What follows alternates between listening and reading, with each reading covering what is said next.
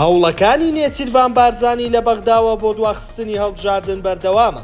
لە سەردانەکەی دوێنەی نێچیروان بارزانی چی گوزەرا؟ دوایین وەڵامی لایەنە عێراقیەکان و دادگای فیدراڵی بۆی چی بوو؟ سەرچاوەیەک لەبارەی سەردانەکەی نێچیروان بارزانی ڕایدەگەێنێت لایەنە عێراقیەکان ڕازی نەبوون بە دواخستنی هەڵبژاردن و درێژکردنەوەی تەمەنی کۆمیسیۆنی هەڵبژاردنەکانی عێراق و پێدەچێت دوای کۆبوونەوەی سەرۆکی هەرێم و لایەنەکان هەڵبژاردن بۆ مانگێک دوا بخرێت.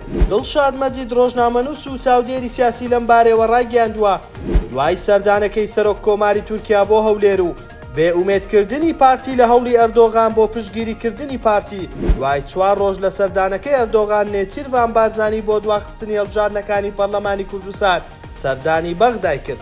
ئەو چاودێرە سیاسی ئاشکرای دەکات کە سەرجەم لایەنەکان بە سەرۆکی هەرێمیان ڕاگەیاندووە کە پرسی دواخستنی هەڵبژاردن پەیوەندی بە ئەوانەوە نییە و وەک سەرۆکایەتی هەرێم دەتوانن بڕیار بدەن. هەروەها دادگای فیدراڵی هیچ ئامادەیەکی پیشان نەداوە کە چاو بە بڕیارەکانی خۆی سەبارەت بە هەڵبژاردنەکانی کوردستان و کورسی کۆتاکاندا بخشێنێتەوە و لێی پاشگەز ببێتەوە. دڵشاد مەجید ئەوەشی نووسیوە کە نێچیروان بارزانی داوای لە پەرلەمانی عێراق کردووە بۆ مەیسەرکردنی دواخستنی هەڵبژاردن.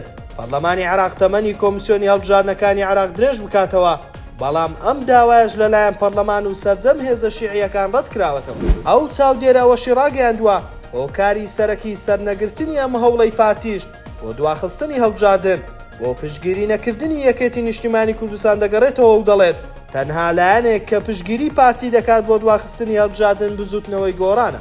باس لەوەش دەکات ڕەنگە نێچیروان بارزانی بۆ ڕەخساندنی کات بۆ پارتی لە پێشکەشکردنی کاندیدەکانی و ڕێکارەکانی بەشداری پێکردنی پارتی دوای کۆبوونەوە لەگەڵ بارزانی و دوای کۆبوونەوەی لەگەڵ سەرجەم هێزە سیاسیەکانی کوردستان بۆ یەک مانگ هەڵبژاردن دوا بخات.